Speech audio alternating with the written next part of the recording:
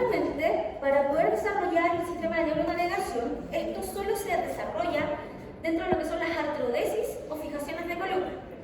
Este es un tipo de cirugía en el cual la idea es inmovilizar una articulación de la columna mediante la instalación de tornillos transpediculares y además barras conectoras que van a fijar. Solo ante ese tipo de patologías es cuando se realiza esta neuronavegación. ¿Cuáles son las patologías que pueden necesitar una artrodesis? Bueno, tenemos las fracturas, siempre y cuando tengan algún compromiso neurológico, inestabilidad de la columna, espondilolistesis y principalmente escoliosis. En general, la artrodesis se realiza en mayor proporción para lo que es el tratamiento de las desviaciones escolióticas, en donde en general se pueden llegar a instalar desde 22 a 30 tornillos dependiendo de los niveles afectados de esta curvatura escoliótica.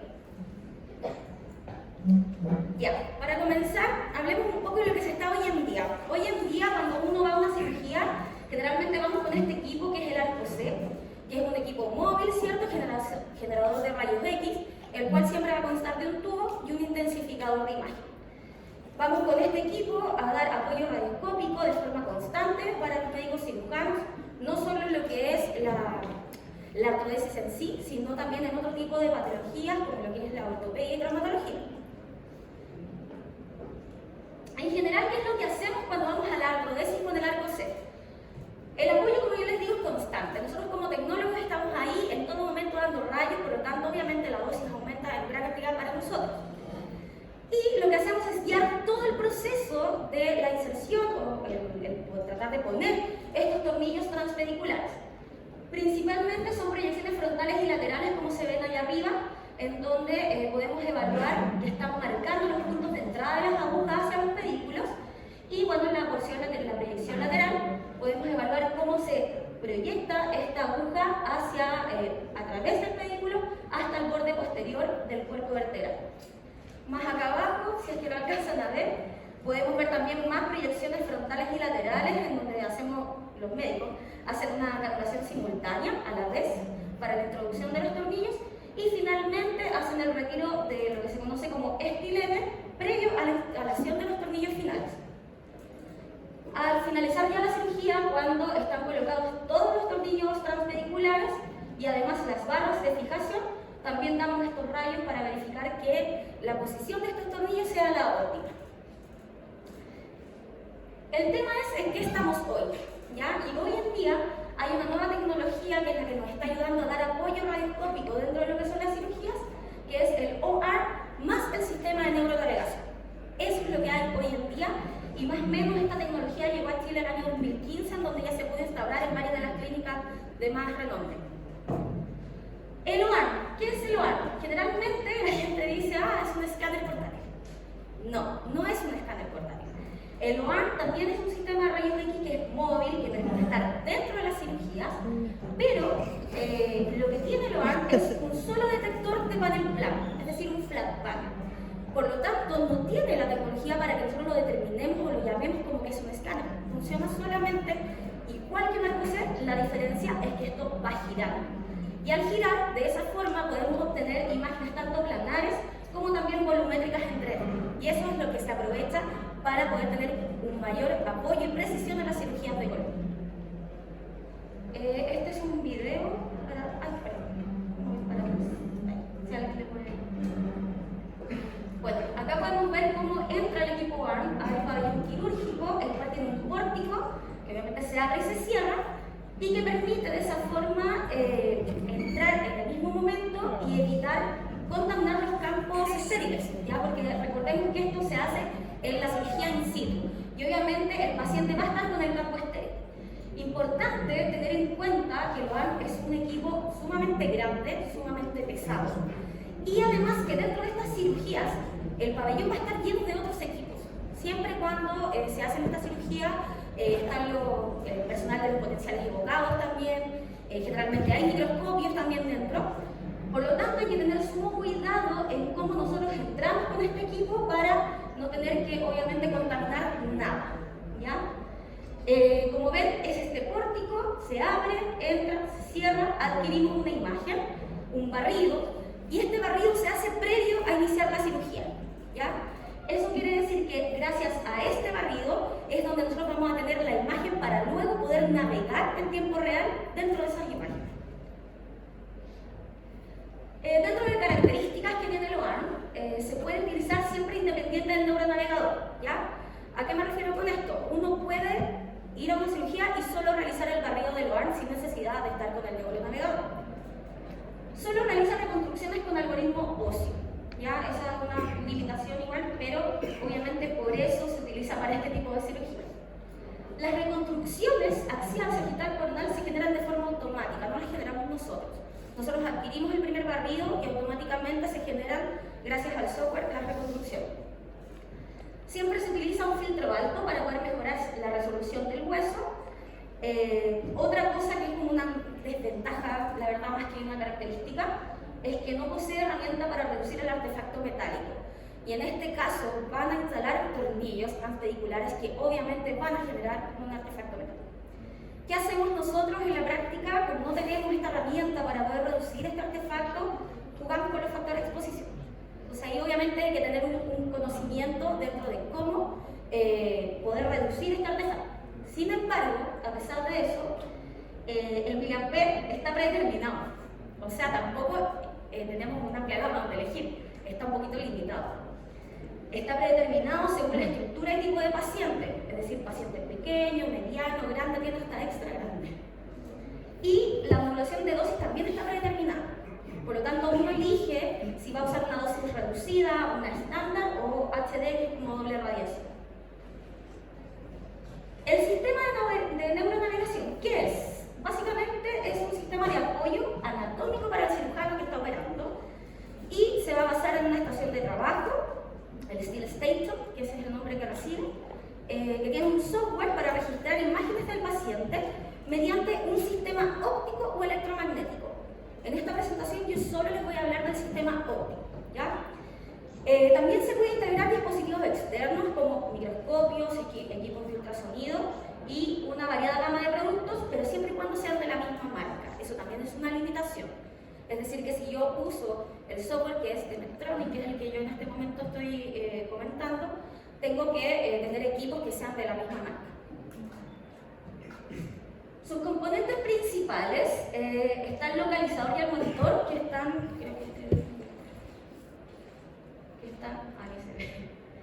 acá, ese es el localizador y los dos monitores. Tiene un software para el tipo de procedimiento, porque obviamente no solo podemos navegar columnas, también podemos navegar cerebros, podemos navegar en otorrino y también en ortopedia. Muchas veces se nos pide ir a hacer incluso barridos a pacientes con tumores óseos, etc. Necesita sí o sí un marco de referencia para el paciente, para ubicar dónde está el paciente. Y necesitamos instrumentos especializados, que en este caso se denominan NavLogs y esferas reflectantes. También necesitamos sí o sí imágenes del paciente que sean recientes. Y estas son las imágenes que nosotros adquirimos en el primer barrido con el OARN. Bueno, aquí tenemos varias imágenes, ahí arriba es cómo se presenta el software, donde uno elige acá trabajar con el software de columna, ¿ya? Y acá podemos ver uno de los elementos especializados que se llaman NavLogs con las esferas reflectantes. Son muy importantes, voy a explicar el porqué de esto. Este es en particular el marco de referencia, como se ve en la imagen de acá abajo. Este marco de referencia tiene que colocarse sí o sí sobre la apófisis espinosa del nivel anterior al que van a empezar a operar, ¿ya? Es decir, gracias a este marco, el sistema va a ubicar dónde está nuestro paciente. Tenemos además NavLogs de diferentes colores para colocarlos al instrumental quirúrgico y de esa forma también el sistema identificar cada uno de los instrumentos que se van a utilizar. Y finalmente necesitamos claramente imágenes del paciente, que son las que yo les comenté que se adquieren con el OARN previo. Acá tenemos una imagen, por ejemplo, bueno, como yo les comentaba, los NavLogs son de diferentes colores, pero cada color no es que tenga que estar asociado a un instrumental quirúrgico, ya eso es independiente. Lo importante es que cuando nosotros vayamos a hacer esta neuronavegación, calibremos y le indiquemos al equipo que, por ejemplo, acá el NavLog gris, que es se colocó con el instrumental quirúrgico denominado punzón, ¿ya? Acá el NavLog naranjo está en este caso con el instrumental quirúrgico denominado Lesna, y acá está el verde con el driver. ¿Qué son estas cosas? Para nosotros es súper desconocido. de arsenalería. Pero si queremos dedicarnos a estar en la neuronavegación, es sumamente importante que conozcamos todo el instrumental quirúrgico que se va a utilizar. En este caso, el punzón es una herramienta encargada de romper la cortical del hueso. La cortical del hueso es sin duda la más dura, ¿ya? Para esto los médicos incluso se ayudan de martillos con topes de seguridad y de esa forma rompen la cortical del hueso. La lesna perfora el hueso preparando el espacio para colocar el tornillo. Hay otro instrumental que no está acá, que es el palpador, que es mucho más finito y también ese se introduce ya del orificio hecho para el tornillo para evaluar hasta dónde quedó la profundidad. Y por último tenemos los drivers, que básicamente son los atornilladores. Ya, ahora, ¿cómo detecta todo esto? Y esto se logra gracias a este sistema de detección óptico. Está el electromagnético también, pero en este caso hablaré solo del óptico. El sistema de detección óptico es gracias al localizador, que yo les comenté que está allá arribita, y el localizador posee dos lentes, y esos lentes emiten y reciben luz infrarroja, ¿ya? Por lo tanto, también necesitan a algo que les devuelva esa luz, y para eso estaban las esferas reflectantes, que tienen que estar correctamente colocados en los márgenes. Por lo tanto, se va a emitir esta luz infrarroja, va a llegar a las esferas van a devolver esta luz y de esa forma el localizador va a poder triangular la posición del instrumento. Es igual que un GPS, básicamente. Bueno, aquí dice, como tiene dos lentes, puede detectar dispositivos rastreados en un espacio tridimensional, como una sala de operaciones. Esa es la magia del sistema de detección óptica. Acá podemos ver, este es uno de los marcos de referencia en donde están colocadas ya las esferas reflectantes y nosotros como tecnólogos tenemos que calibrarlo. Nosotros vamos a ir al software y vamos a decir, bueno, el marco de referencia es el azul y lo vamos a calibrar. La lesna va a estar con el verde, lo calibramos. Este paso es muy importante porque si calibramos mal, se nos va todo a la hora. ¿Quiénes nos ayudan a esto? Nuestras amigas arsenaleras. ¿Ya? Es súper indispensable para nosotros en el tema de la calibración, donde ellas obviamente están estériles, así que ellas pueden tomar los elementos. Ellas son las que colocan las esferas, la que arma el NATLOX, la que lo coloca al instrumental, y nosotros con el localizador vamos rastreando uno por uno cada uno de los instrumentos. ¿Ya? Importante recalcar que las esferas son desechables. ¿Ya? Si bien están estériles, una vez ocupadas en esa cirugía, se eliminan porque al tratar de esterilizarse nuevamente, generalmente se dañan. Así que en verdad sale mejor eliminarlas y traerlas nuevas. No así los NATLOX y obviamente el instrumental. Este es un video, si me pueden ayudar dándole play. Y esto es lo que se obtiene. Gracias a la imagen obtenidas con el OAR, triangulamos la posición, ¿cierto?, de cada uno de los instrumentos y se navega, esa es la palabra correcta. Hacemos una neuronavegación, en este caso de columna. Acá generalmente se navega cada uno de los instrumentos por separado, ya no podemos navegar dos instrumentos juntos. El orden correcto generalmente es el punzón primero para romper la cortical, después la lesna, después el palpador y finalmente el drive. ¿Ya? ¿Qué tiene entretenido también esto? Es que acá ayudamos al médico a ver el ancho y el largo y el diámetro del tornillo. En general los médicos son súper mateos, obvio, y ellos obviamente hicieron un escáner preoperatorio, midieron ya más o menos qué tornillo quieren para L1, L2, L3, L4, y ya ellos van con su papelito, anotadito, todo, qué tornillo necesitan aproximadamente, y con esto lo confirmamos. Lo bueno que tiene este software es que nosotros podemos proyectar un elemento de forma virtual. ¿A qué voy con esto? A que yo puedo ponerlo, de hecho, allá, un tornillo que mide 50 milímetros, porque acá todo es milímetros, por tanto, y eso virtualmente se proyecta en la imagen. Entonces el médico va a poder ver más o menos cómo queda ese tornillo. Y ahí podemos ir jugando hasta encontrar la medida óptima. Ese es el rol activo nuestro. Nosotros tenemos que estar atentos viendo el requerimiento y viendo de qué medida necesita el médico proyectar virtualmente el tornillo. Acá tenemos imágenes finales de cómo queda ya obviamente la protesis. Siempre cuando terminamos la cirugía se hace el barrido final con el órgano, ¿ya? En este barrido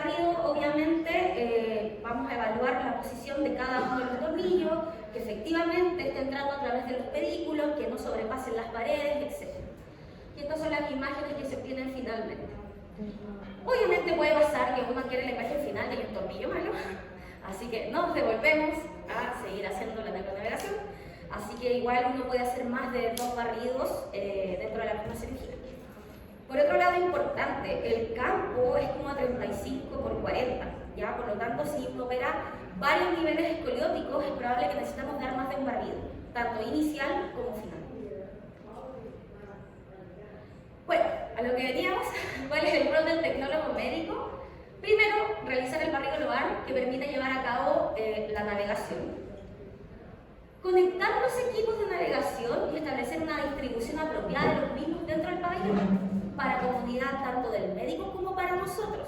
Vuelvo a insistir acá, el pabellón, si bien es un pabellón grande, hay tantos elementos dentro de él que se termina siendo un espacio reducido. Por lo tanto, acá la distribución de cómo coloquemos nosotros el localizador, cómo colocamos los monitores, a dónde colocamos el OAR, es nuestra responsabilidad. Y pensando siempre que esto no moleste con esto, que el potencial es evocado acá, que el microscopio acá, etc. Se tiene que calibrar de forma correcta los snaplots y las esferas siempre con este rol activo de ayuda de la arsenalera. Nos hacemos muy amigos en este proceso. Preocuparse que nada interfiera al sistema óptico, es decir, entre el localizador y instrumentales no debe haber nada. Si hay algo que le interfiera, la neuronavegación no se va a llevar de forma correcta. Así que siempre tenemos que estar al tanto de que no haya nada que interfiera. Siempre, esto no solo en neuronavegación, sino siempre para el tecnólogo médico que está dentro del pabellón, estar atento a la cirugía y a todos los requerimientos del médico, ¿cierto? Como por ejemplo, como les comenté, cambiar las medidas de un tornillo a navegar, ver si quiere volver a navegar otro instrumental, etc. Y obviamente corregir en caso de que no se esté navegando correctamente, como les comentaba, cuando se interfieren los localizadores, o puede pasar incluso que pasaron a llevar el enchufe, nos ha pasado. Entonces tenemos que estar atentos a que todo esté en el momento realizándose correctamente. Realizar el barrido posterior a la instalación del material quirúrgico para verificar la posición de los tornillos transpediculares. Y tener conocimiento y expertise en la reconstrucción de imágenes y los parámetros que la modifican. Si bien yo les dije que la reconstrucción es automática, muchas veces, que es lo que nos sucede, cuando se operan cirugías por escoliosis, obviamente las vértebras están de un lado para el otro, etc. Por lo tanto, nosotros tenemos que ir vértebra por vértebra dando la angulación correcta para que se pueda navegar. Por lo tanto, tenemos que conocer las herramientas y los parámetros que van a modificar el cómo corregir el plano coronal, el plano septal, etc. Y bueno, obviamente estamos en la parte de protección radiológica. Acá hay que tener en cuenta que, bueno, el sistema de neuronavegación no emite radiación. Lo que emite la radiación es cuando hacemos los barridos con el OAR. Y el OAR, como yo les dije, es un detector plano que va a girar y va a adquirir múltiples imágenes. Por lo tanto, las dosis son bastante altas, ¿ya? Por lo tanto, lo que se hace acá es que todo personal no esencial debe salir del pabellón. Cuando uno dice no esencial, la verdad es que yo siempre digo que todos son esenciales por algo dentro del pabellón. Pero en este caso va más que nada enfocado a la personal estéril. Ya, obviamente, los médicos cirujanos están todos vestidos estériles, no van a salir del pabellón si están vestidos así. Por lo tanto, cada persona que no esté estéril tiene que salir del pabellón. Los cirujanos deben estar detrás de un biombo plomado, el cual está a unos 2 metros como mínimo de distancia del órgano. Y en este caso, el anestesista tiende a ubicarse detrás de nosotros, ese típico trencito que hablamos de repente, obviamente con delantal de plomo, ¿ya? ¿Por qué el anestesista se queda adentro? Es esencial, además que generalmente cuando adquirimos el barrido se hace a la apnea respiratoria, ¿ya? Así que ahí está obviamente el anestesista viendo que esté todo bien. Una curva de isodosis, cómo se comporta la radiación en el OAR. Como se dan cuenta acá, la posición o la zona segura para el DM es justo detrás del panel de control del equipo, donde menos llega radiación. Y bueno, esto es como mi bonus track, yo sé que ya estoy en el tiempo. El año 2019 yo realicé una tesis con mis alumnos de pregrado de la Universidad Andrés Bello, en el cual hicimos un metaanálisis del OAR versus Arcosen, cirugías de columna, justo por esta razón. Y es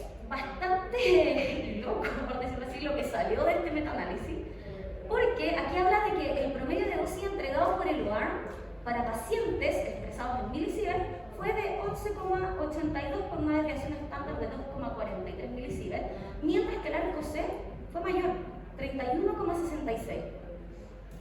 Y abajo dice acá, entrega en promedio dosis para el cirujano, bien bajita, 0,02 con esa desviación estándar, y el arco C, 0,89. Y yo dije, qué raro, ¿por qué es mayor en el arco C, siendo que sabemos que lo ARM, cuando hace el barrido, emite mucha más radiación? Y bueno, igual tiene una explicación lógica, y es que con el arco C estamos constantemente dando apoyo radiológico, en cada tornillo, en cada movimiento, etc. Por lo tanto, si hacemos una sumatoria, es probable que toda la cirugía con el arco C se emita más radiación tanto para el paciente como para el médico cirujano. Mientras que con el OARM, lo que hacemos es más limitado, ya que hacemos solo, en teoría, 2 barridos, el inicial y el final, así es que todo sale bien.